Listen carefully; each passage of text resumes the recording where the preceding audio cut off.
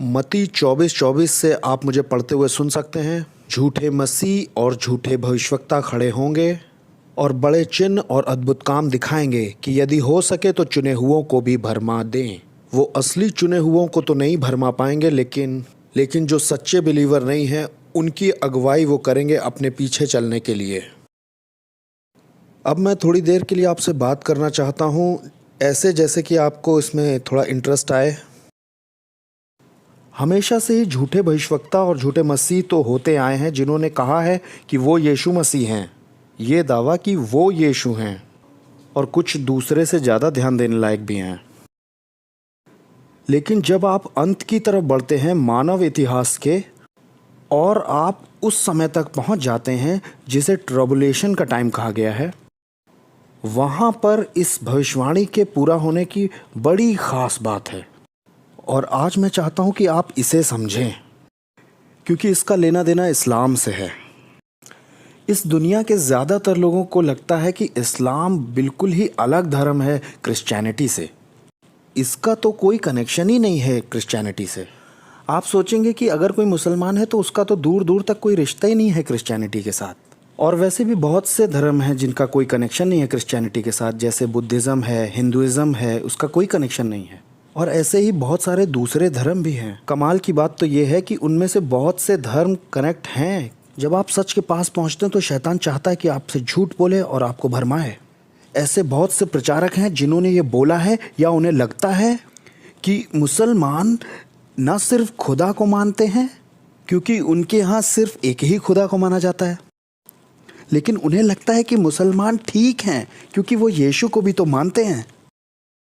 वैसे मैं बता दूं कि वो मानते हैं।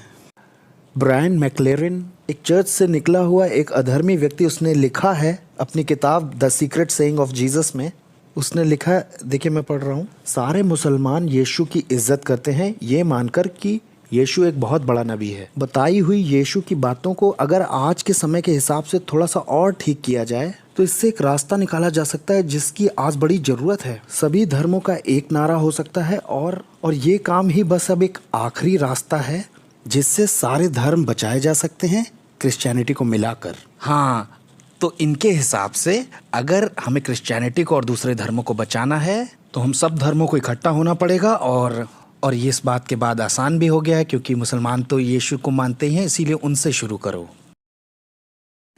एक प्रसिद्ध लेखक टोनी कैम्पोलो ने ऐसा कहा है, अगर हम सूफी मुस्लिम लोगों की सुने जो वो यीशु के बारे में बोलते हैं या उनकी जो मोहब्बत है यीशु से, तो ये लोग ज़्यादा नज़दीक दिखाई देते हैं उन क्रिश्चियंस से और नए नियम की इस क्रिश्चियनिटी से भी। अच्छा, रियली? तो आपको लगता है कि मुसलमानों के ईसा वही यीशु हैं? मैं आपकी मदद करता हूं जो वो यीशु के बारे में समझाते हैं। इस्लाम की टीचिंग में मुस्लिम जीसस का बड़ा अहम किरदार है। ये तो आपको पता ही है कि मुसलमानों की भी मरने के बाद की एक एस्कोटोलॉजी है। आखिरत में क्या होगा, उनके कलाम के हिसाब से उन्हें मालूम है वो कहाँ जा रहे हैं, उन्हें पता है वो कहाँ जा रहे हैं। आज मैं आपको बताने जा रहा हूँ कि मुस्लिम जो जीसस हैं वो कैसे हैं, जो उनकी किताबों यानी कुरान और सुन्ना में दिया है। कुरान वो मानते हैं कि अल्लाह का कलाम है तो वैसे वो शैतान का कलाम, लेकिन उनको लगता है कि वो अल्लाह का है। और जो सुन्ना है, सुन्ना जो है वो मोहम्मद की बातें हैं, मोहम्मद के काम है उसमें। कुरान जो है वो उनका पाक कलाम बन गया, और जो सुन्ना है उसे कभी कभी हदीस भी कहते हैं, उसमें उनके बहुत पाक रीति रिवाज हैं। उनकी जो थियोलॉजी है वो कुरान से और सुन्ना से मिलकर बनी है, बिल्कुल वैसे ही जैसे रोमन कैथोलिक की थियोलॉजी बाइबल और ट्रेडिशन से मिल के बनी, जैसे जूइश ट्रेडिशंस में ओल्ड टेस्टामेंट और रैबानिक ट्रेडिशंस मिल के बने। यही वो दो सोर्सेज हैं जिनसे उनके सारे सच निकले हैं। उनके सिस्टम में भी एक जीसस हैं, और जीसस बस एक आदमी है, वो खुदा नहीं है, वो मरे भी नहीं हैं, वो जन्नत चले गए बिल्कुल एलिया की तरह। अब क्योंकि वो मरे ही नहीं इसलिए वो जी भी नहीं उठे।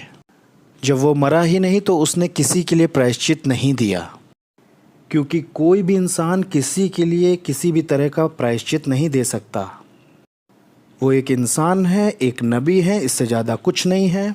वो बस एलिया की तरह जन्नत में चले गए हैं और अब अल्लाह के बगल में खड़े हैं और इंतज़ार कर रहे हैं कि अल्लाह उन्हें दोबारा वापस भेजें। और इनके सिस्टम में जो यीशु इंसान है और नबी हैं और जो कभी मरे नहीं और जन्नत में भी हैं, अंत के समय में इनका बड़ा इम्पोर्टेंट रोल भी है। ये जन्नत से लौटेंगे और बिना मरे हुए वापस आएंगे जब अल्लाह इन्हें वहाँ से भेजेंगे। अब अगला सवाल ये उठता है कि अल्लाह इस जीसस को क्यों भेजेंगे? जब बहुत से नबियों में से चुनकर भेजा जा सकता है तो वो इस जीसस को क्यों भेजेंगे? और इसका आंसर सुन लीजिए कि जब वो आएंगे तो वो सारे क्रिश्चियंस को करेक्ट कर सकें जिन्होंने गलती कर दी ये समझने में कि यीशु कौन है। ये सारी बातें कुरान और सुन्ना में दी हैं। मसीह के आने की जो सबसे बड़ी घटना है यीशु मसीह के, ये इसलिए हो रही है कि ये इंसान, ये नबी जो यीशु है, वो आए और सही रास्ता दिखा सकें उन लोगों को जो भटक गए हैं, जो मिसगाइडेड हैं, जिनकी सारी जानकारी गलत है, जिनको लगता है कि वो यीशु मसीह आए, मरे और जी उठे और लोगों के लिए अटोनमेंट प्रोवाइड किया, उन सबको वो ठीक कर सके। और वैसे अब आने पे उनकी शादी होगी, उनके बच्चे होंगे और वो मोहम्मद के बगल में मरकर गाड़े जाएंगे। ये हैं मुस्लिम जीसस। इस्लाम की जो एस्केटोलॉजी है, स्वर्ग नर्क का सिद्धांत है, उसके हिसाब से तीन बड़े चिन्ह हैं अंत के। तीन बड़े चिन्ह हैं, उनमें से कुछ छोटे हैं, कुछ थोड़े बड़े हैं, कुछ बहुत बड़े चिन्ह हैं। उनकी एस्केटोलॉजी के हिसाब से, उन्हीं के सोर्सेज में से एक बार फिर पढ़ रहा हूँ मैं, उसके तीन सबसे बड़े निशानात हैं जो दुनिया के ख़त्म होने के बारे में बताते हैं। और इन तीनों में एक एक इंसान है। और अब ज़रा मुझे इन तीनों इंसानों के बारे में बताने दीजिए।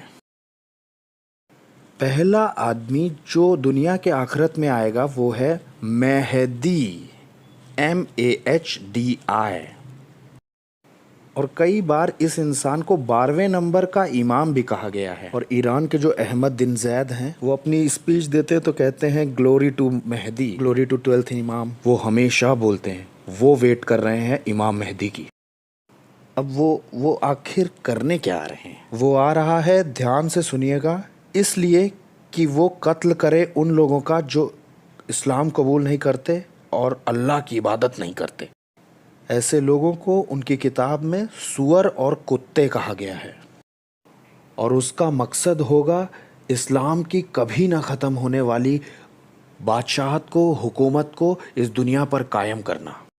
और यही वो करेगा। मेहदी और 12वें इमाम, द गाइडेड वन, इसका बहुत लंबे समय से इंतज़ार किया जा रहा है। He is a saviour. ये आखिरी इंसान होगा जो खलीफाई हुकूमत को कायम करेगा। पूरी दुनिया को इसको फॉलो करना ही पड़ेगा, वरना ये इस्लाम के सारे दुश्मनों का खात्मा कर देगा। ये आएगा और एक बड़ी पाक जंग छेड़ेगा। या तो आप कन्वर्ट होंगे और या तो आपको मार दिया जाएगा इस मेहदी के हाथों से। इसके पास एक फ़ौज होगी और इसकी फ़ौज इतनी बड़ी होगी जो कि देश से दूसरे देश तक जाएगी और उन लोगों को सज़ा देगी जो ईमान नहीं रखते। इस्लाम की पाक किताबों में दिया है कि इस फ़ौज के पास काले झंडे होंगे और उन काले झंडों पर एक शब्द लिखा होगा और वो शब्द होगा सज़ा। वैसे बता दूं कि ईरान की जो फ़ौज है उसके पास काले झंडे हैं, क्योंकि वो तैयार रहना चाहते हैं मेहदी के आने के लिए। और वो काले झंडे की इस फ़ौज को ले जाएगा सबसे पहले इज़राइल में, फिर सारे यहूदियों की हत्याएं करेगा और वो अपने कानून चलाएगा यरूशलेम में, टेम्पल माउंट के ऊपर। ये कहता है उनका कलाम, यहूदियों के कत्ल और टेम्पल माउंट पर अपने कायदे कानून चलाना। उनके पाक कलाम के हिसाब से महदी बारिश लाएगा, हवाएं लाएगा, फसलें लाएगा, बहुत पैसा लाएगा और खुशहाली लाएगा, और सब उसे प्यार करेंगे और कोई किसी और की नहीं बल्कि मेहदी की ही बात करेगा। और आगे देखिए, उनकी राइटिंग्स कहती हैं कि मेहदी आएगा और 7 साल की एक पीस एग्रीमेंट करेगा, यहूदियों के साथ भी और वेस्ट के लोगों के साथ भी। कितने? ठीक 7 सालों के लिए। इसकी हुकूमत 7 साल की होगी और उन 7 सालों में ये पूरी धरती पर इस्लाम कायम कर देगा। और इनकी पाक किताब कहती है कि मेहदी आएगा और सफ़ेद घोड़े पर सवार होगा। ये बिल्कुल ठीक वैसे ही लिखा है जैसा प्रकाशित वाक्य 6 अध्याय और 1-2 में दिया है, बिल्कुल वैसे ही। वैसे सद्दाम हुसैन जो था उसने भी अपने पूरे बगदाद में इस मेहदी के बहुत सारे तस्वीर बनवाए थे सफ़ेद घोड़े पर, और जो ईमान नहीं लाते उनके लिए वो तलवार लेकर भी आ रहा है। जब मेहदी आता है तब वो छुपे हुए स्क्रिप्चर्स खोज निकालता है, वो उन्हें ढूंढ लेगा, और बड़े रोमांचक तरीके से लिखा है गलील के समुद्र के पास। और वहाँ पे होंगे गायब हो चुके स्क्रिप्चर्स, इंजील और तोरा और भी बहुत सारे, और वो होंगे असली स्क्रिप्चर्स जिनका इस्तेमाल करेगा महदी।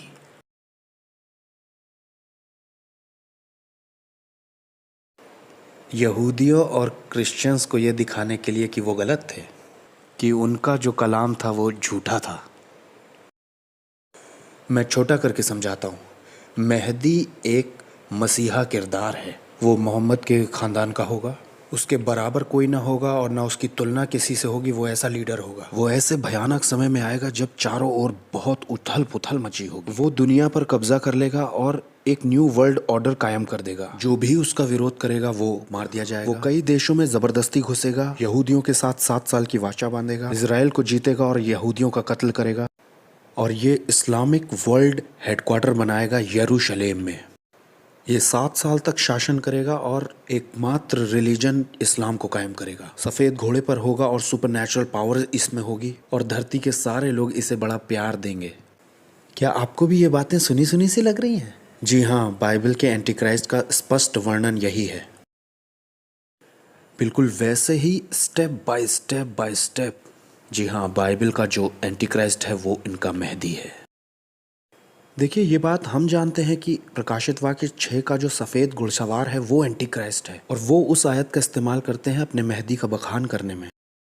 ये मैं आपको क्यों बता रहा हूँ? क्योंकि मेहदी का डिस्क्रिप्शन बिल्कुल बाइबल के एंटीक्राइस्ट जैसा है और प्रकाशित वाक्य 13 के उस पशु जैसा है।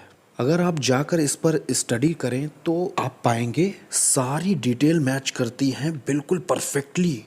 बाइबल का मसीह विरोधी इस्लाम का सेवियर है और दुनिया को भी जीतने वाला है, और पूरी दुनिया पर इस्लामिक किंगडम कायम करने वाला है। और फिर दूसरा एक चिन्ह है, और इसमें एक व्यक्ति है, और वो जीसस हैं।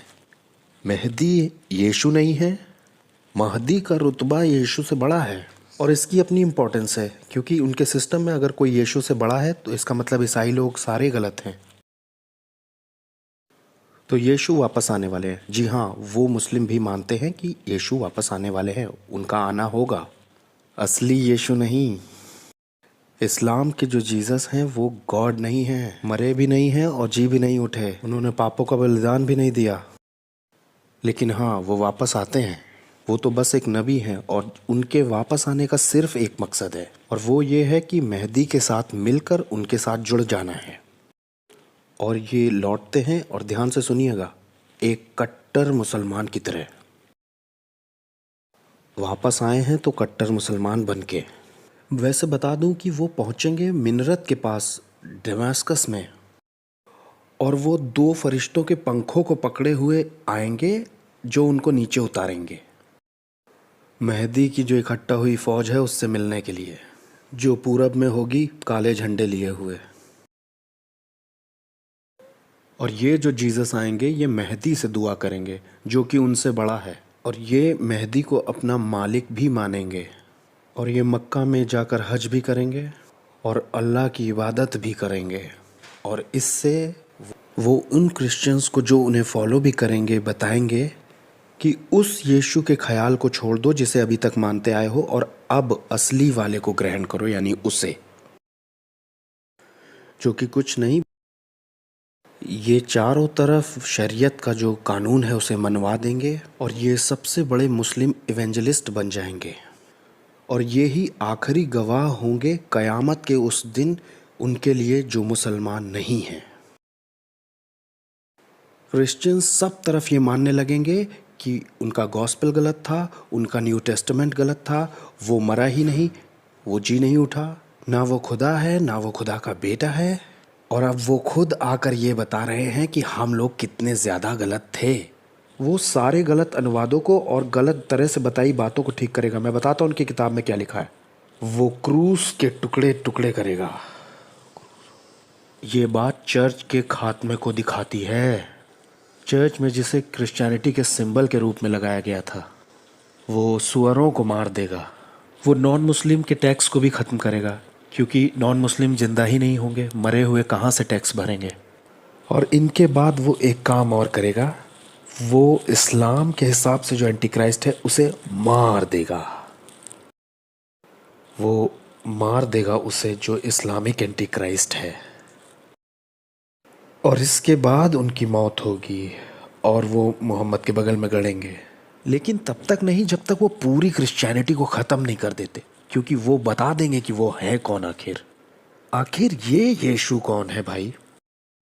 आप इसकी तुलना करके देखिएगा कि ये आखिर कर क्या रहा है उस भविष्यवक्ता से जो झूठा है। प्रकाशित वाक्य 13, 16, 19 और 20 में जो पृथ्वी से बाहर आया एक पशु और झूठा भविष्यवक्ता भी है, जो एंटी क्राइस्ट के साथ जुड़ता है और उसकी मदद करता है।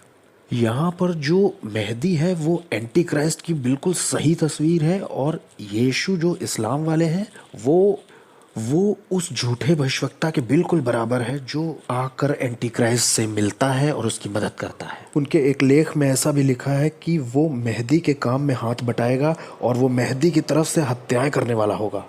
वो होगा जो मेहदी को फोर्सफुली मनवा देगा। वो महदी का नबी होगा। और ये वाले जो ईसा हैं ये मार देते हैं उसे जो एंटी क्राइस्ट है उनका। आइए अब तीसरे व्यक्ति तक ले चलूं जो कि एंटी क्राइस्ट है। मुस्लिम इसे कहते हैं दज्जाल। वो सबसे बड़ा धोखा देने वाला है। वो आएगा धरती पर गधे पर बैठ करके, और वो एक आंख से काना होगा। वो एक काफिर होगा, इन्फिडल। ये झूठे चिन्ह चमत्कार दिखाने वाला होगा।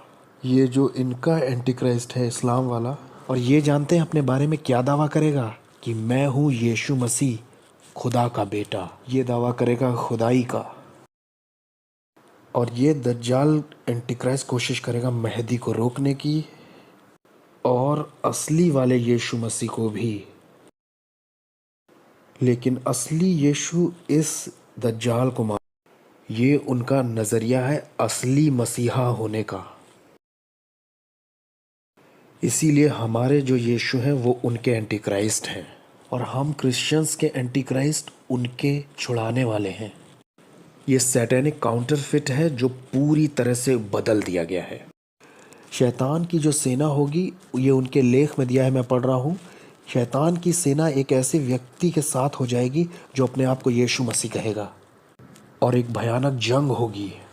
और जो मुस्लिम जीसस होंगे वो लड़ेंगे इस झूठे जीसस से, और इसे मार करके इस्लाम के किंगडम को कायम कर देंगे।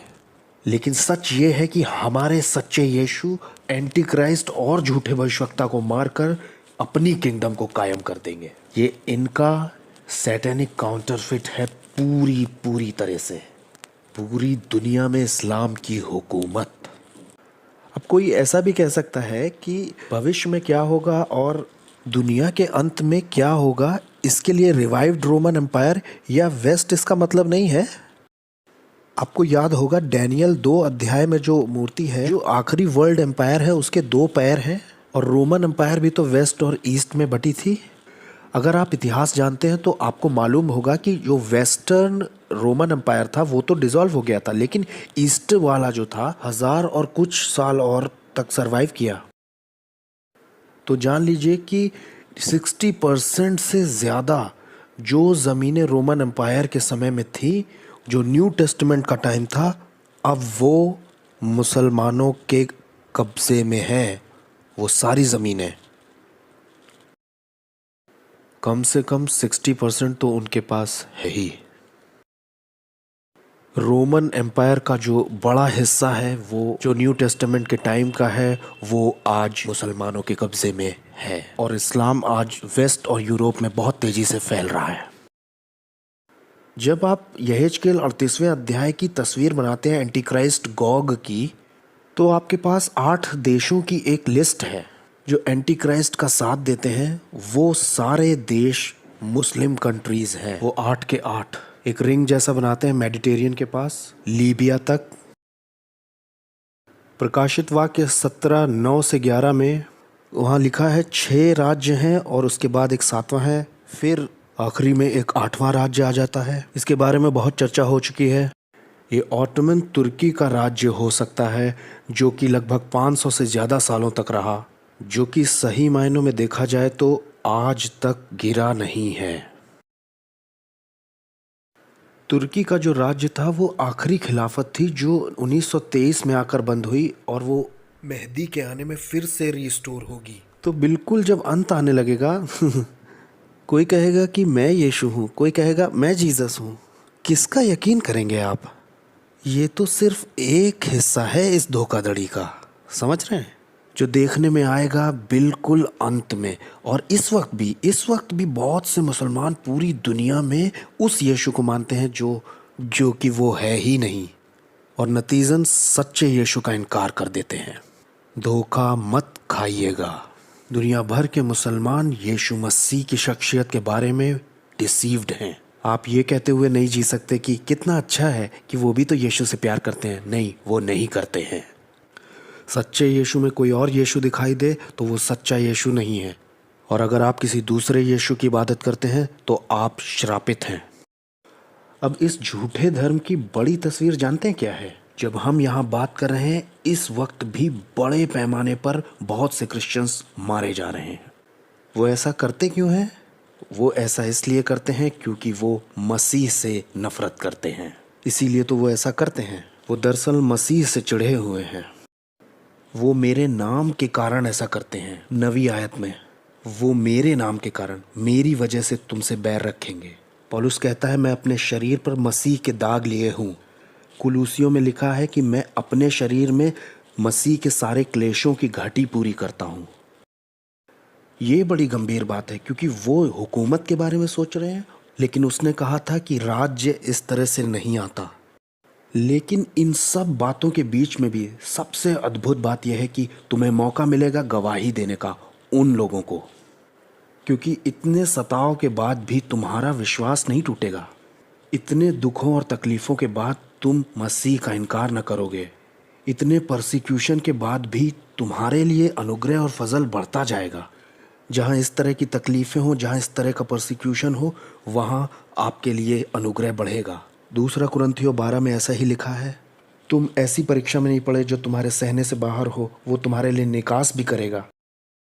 और होगा क्या? आप अपनी गवाही देंगे इन सब बातों के बीच में। इस बात के तो रिकॉर्ड्स हैं हमारे पास, क्या नहीं है? फॉक्सेस की जो किताबें हैं जिसमें शहीद दिए हैं, मेरे पास 3 ओरिजिनल वॉल्यूम इतने बड़े बड़े हैं उनके पास, इतने बड़े। उसमें उनके बारे में दिया है जो मौत का सामना कर रहे हैं, लेकिन उन्होंने उन्हें यीशु की गवाही दी। इतनी सारी चेतावनियों के बीच में एक प्रतिज्ञा भी है। यीशु मसीह का गॉस्पेल सारी दुनिया के देशों में प्रचार किया जाएगा। इतनी नफरत का सामना करने के बाद भी गॉस्पेल दुनिया के छोर तक पहुंच जाएगा। वो इसे किसी तरह से कुचल नहीं पाएंगे। इसीलिए एक कहावत भी है कि जहां मसीहों का खून बहता है वहां मसीह की कुर्सी लग जाती है। प्रेरितों के काम 1:8 में दिया है, जाओ पूरी दुनिया में प्रचार करो।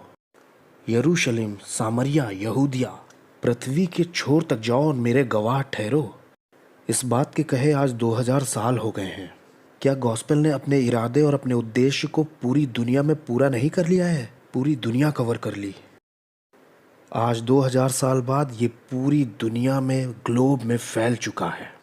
और यही तो मेरे यीशु ने कहा था, कोई इसे मार नहीं सकता। आप सोच के तो देखिए, यहाँ वो बैठा नजर आता है 12 के साथ, और उनमें से एक उसे कुछ घंटों में धोखा देने वाला है। जिन्हें कोई नहीं जानता, ऐसे अनजान लोगों के समूह को यीशु कहते हैं कि तुम लोगों के द्वारा गॉस्पेल पूरी पृथ्वी तक जाएगा। क्या भविष्यवाणी है जो पूरी हो चुकी है। और फिर लिखा है 24-14 मत्ती में कि उसके बाद अंत आ जाएगा। हाँ, सताव तो होगा, लेकिन परसिक्यूशन के बावजूद गॉस्पेल पूरे ग्लोब को कवर कर लेगा। और यहाँ एक व्यक्तिगत प्रतिज्ञा भी है, जब वो तुम्हें पकड़वाए तो तुम पहले से ना सोचना कि तुम क्या कहोगे, क्योंकि उसी घंटे तुम्हें बता दिया जाएगा। बोलने वाले तुम नहीं, पवित्र आत्मा होगा। क्या ये अद्भुत प्रतिज्ञा नहीं है? आपने भी ऐसी गवाहियां सुनी होंगी कि शहीद तो होने जा रहे हैं लेकिन मसीह के भजन गा रहे हैं और मसीह को ऊपर देखते हैं। मैंने सालों ऐसी गवाहियां पढ़ने में लगाए हैं कि पवित्र आत्मा की सामर्थ्य में उन्होंने वो बातें मुंह से निकाली जो संभव ही नहीं है, मनुष्य से तो परे है, मनुष्य की सामर्थ्य में संभव ही नहीं है। और सच्चा आराम यही है। तो यहाँ प्रतिज्ञा भी है और आराम भी। लूका 21:15 में दिया है कि तुम्हारा कोई शत्रु तुम्हारी बात का सामना और खंडन नहीं कर पाएगा। तुम्हारी जो गवाही होगी वो बड़ी पावरफुल होगी। और यही हुआ भी। वास्तव में जितने भी प्रेरित थे वो कैसे मरे? शहीद होके मरे। आखिरी में तो बस यूहन्ना ही रह गया था और उसे वहां मरने के लिए अकेला छोड़ दिया गया। पक्के तौर से उसे शहीद करने का यही एक तरीका था। बाकियों को अलग तरह से मारा गया, सर काटकर, क्रूसीफाई करके। लेकिन इससे भी फैलना रुका नहीं। और हजारों लोग जो मरे हैं उनकी तरह पूरे इतिहास में देखें तो पवित्र आत्मा उनके साथ रहा है। वहां पर मनुष्य की जो सहन शक्ति है उससे ऊपर उठा ले गया है वो, उन बातों को कहने के लिए जो उनके दिलों से उस वक्त निकली, जो कि पवित्र आत्मा ने उनके मन में डाली थी। और 12वीं आयत में यीशु ने कहा है कि वहाँ यहूदियों के नहीं बल्कि अन्य जातियों के और अपने परिवार के भी सताव को तुम्हें झेलना होगा। भाई भाई को धोखा देगा और पिता अपने बच्चों को, और बच्चे भी अपने माता पिता के विरोध में उठ खड़े होंगे ताकि उन्हें पकड़वाएं और मरवा दें। मैं इमेजिन नहीं कर सकता हूँ कि उनके लिए कितना कठिन होगा इस बात को मानना, क्योंकि उन्हें तो बहुत आशा थी। अब कोई कहेगा कि यीशु ने बड़ी कोशिश की लेकिन बड़ी बुरी तरह से फेल हो गए। अरे उसने बिल्कुल एग्जैक्टली बता दिया था कि इतिहास किस तरफ मुड़ेगा। बिल्कुल ठीक ठीक वैसा ही जैसा होने वाला है। बिल्कुल एक परिवार में ही बैर होगा। मत्ती 10 में जाइए। ये सब मत्ती 10 में, मत्ती 14 में दिया हुआ है। कितनी बार यीशु ने कहा है कि अपने माता पिता भाई बहन को अप्रिय जानना होगा और अपने जीवन तक को अप्रिय जानना होगा अगर मेरा चेला बनना है तो। और ये एक सच्चाई है, और ये सच्चाई हमारे स्क्रिप्चर से कितनी मेल खाती है। उस मंदिर का विनाश होगा, इस बारे में यीशु कितने सटीक थे। और वो इस बारे में भी सही थे कि अंत में भरमाया जाएगा कि मसीह यहाँ है, यहाँ है। वो इस बारे में भी सही थे कि कितनी तबाही बढ़ती जाएगी अंत में। वो बिल्कुल सही थे जब संकट के विषय में अंत में उन्होंने कहा कि लोग सताएंगे और तुम्हारी जान भी ले लेंगे। और इस बारे में भी कि गॉस्पेल दुनिया के छोर तक चला जाएगा। उसका खुदा होना ज़रूरी है क्योंकि खुदा ही इतना जानता है। और अब बस आखिर में एक आखिरी वचन 13वीं आयत में देखिए, मेरे नाम के कारण तुम्हारे सिर काटे जाएंगे, लेकिन जो अंत तक धीरज धरे रहेगा उसी का उद्धार होगा। क्या मतलब है कि अंत तक धीरज धरेगा उसी का उद्धार होगा? इसका मतलब है महिमा में ऊपर जाना, स्वर्ग तक जाना। और इसका क्या मतलब है कि अंत तक धीरज धरेगा? How can we survive? हम बचे कैसे रह सकते? हम कैसे यहूदियों का, अन्य जातियों का सताव झेल सकते, अपने परिवार का सताव झेल सकते हैं और परिवार की नफरत झेल सकते हैं? और परिवार वाले जो हत्या करेंगे उसको, हम आखिर इन सबको कैसे हैंडल करेंगे? सच्चाई यह है कि जो अंत तक धीरज धरेगा उसी का उद्धार होगा, वही बचेगा। इससे हमें पता चलता है कि जो झूठे मसीही लोग हैं वो इन सब बातों को हैंडल नहीं कर पाएंगे। अपने सहन करने के द्वारा लूका 21:19 में तुम अपने प्राण बचा पाओगे। आपका उद्धार सहन करने या धीरज धरने के कारण नहीं हुआ है, बल्कि आप सहन कर करके ये बताते हो कि आपके पास असली चीज़ है। जो सिर्फ ऊपरी तौर पर विश्वास करते हैं, परसिक्यूशन के समय उनका विश्वास गिर जाएगा। वो हम में से निकले ज़रूर हैं लेकिन हम में से थे नहीं। 1 यूहन्ना 2:19। ये सुसमाचार की बड़ी बेसिक सच्चाई है कि परमेश्वर द्वारा दिया गया सच्चा विश्वास ही टिकेगा, क्योंकि पवित्र आत्मा सामर्थ देगा और परमेश्वर अनुग्रह देगा। परेशानियाँ, धोखे, दुख और सताव ये एक तरह से भूसी में आग लगा देंगे और इससे पोल खुल जाएगी हल्की गहरी भूमि और झाड़ियों वाली भूमि और पथरीली भूमि, तीनों की। जो सिर्फ नाम के क्रिश्चियंस हैं, और इस तरह के सताव के समय में जो सिर्फ बाहरी तौर पर मसीही हैं, उनके पास कोई भी सहन शक्ति या धीरज नहीं होगा। मैं एक बार फिर समझा देता हूँ कि धीरज धरने से हमें उद्धार नहीं मिलता है, बल्कि चाहे हम अपने दांतों को भींच ले, इतना सहन कर रहे हो तब भी नहीं होगा। हम अपना उद्धार दिखाते हैं जब हम सहन करते हैं या धीरज धरते हैं। तो हमें अनुग्रह के द्वारा दान में उद्धार मिला है, और ये दुखों के समय में अपनी असलियत बता देगा। याकूब 1, जब तुम नाना प्रकार की परीक्षाओं में पड़ो तो पूरे आनंद की बात समझना, क्योंकि तुम्हारे विश्वास के परखे जाने से धीरज उत्पन्न होता है। सच्चा जो ईमान होता है वो आपको मजबूत करता है सहन करने के लिए।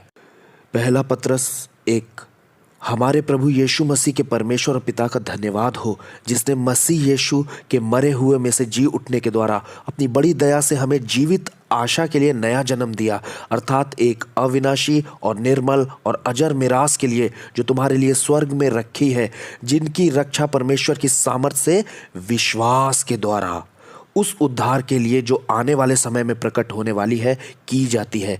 इस कारण तुम मगन होते हो, यद्यपि अवश्य है कि अभी कुछ दिनों के लिए नाना प्रकार की परीक्षाओं में तो हो, लेकिन ये इसलिए है कि तुम्हारा आग में परखा हुआ विश्वास, जो नासमान सोने से बहुमूल्य है, यीशु मसीह के दिन प्रशंसा, महिमा और आदर का कारण ठहरे। आपके विश्वास की परीक्षा से आप में धीरज आता है। जब आपका विश्वास परखा जाता है तब आपको पता चलता है कि आपके पास असली चीज़ है। तो हमारा प्रभु हमें चेतावनी देता है, प्रतिज्ञा करता है, राहत देता है और स्वर्गीय आशा भी देता है। और अब इतिहास किस ओर अपना रुख करने वाला है ये भी बता रहा है, और उसकी इन बातों ने पूरी तरह से कवर कर लिया है इतिहास को उस समय तक जब ट्रबुलेशन का टाइम शुरू हो जाता है, जिसे हम फिर कभी आगे देखेंगे। जिसके कान हो वो सुन ले, और जिसकी आंखें हो वो देख ले।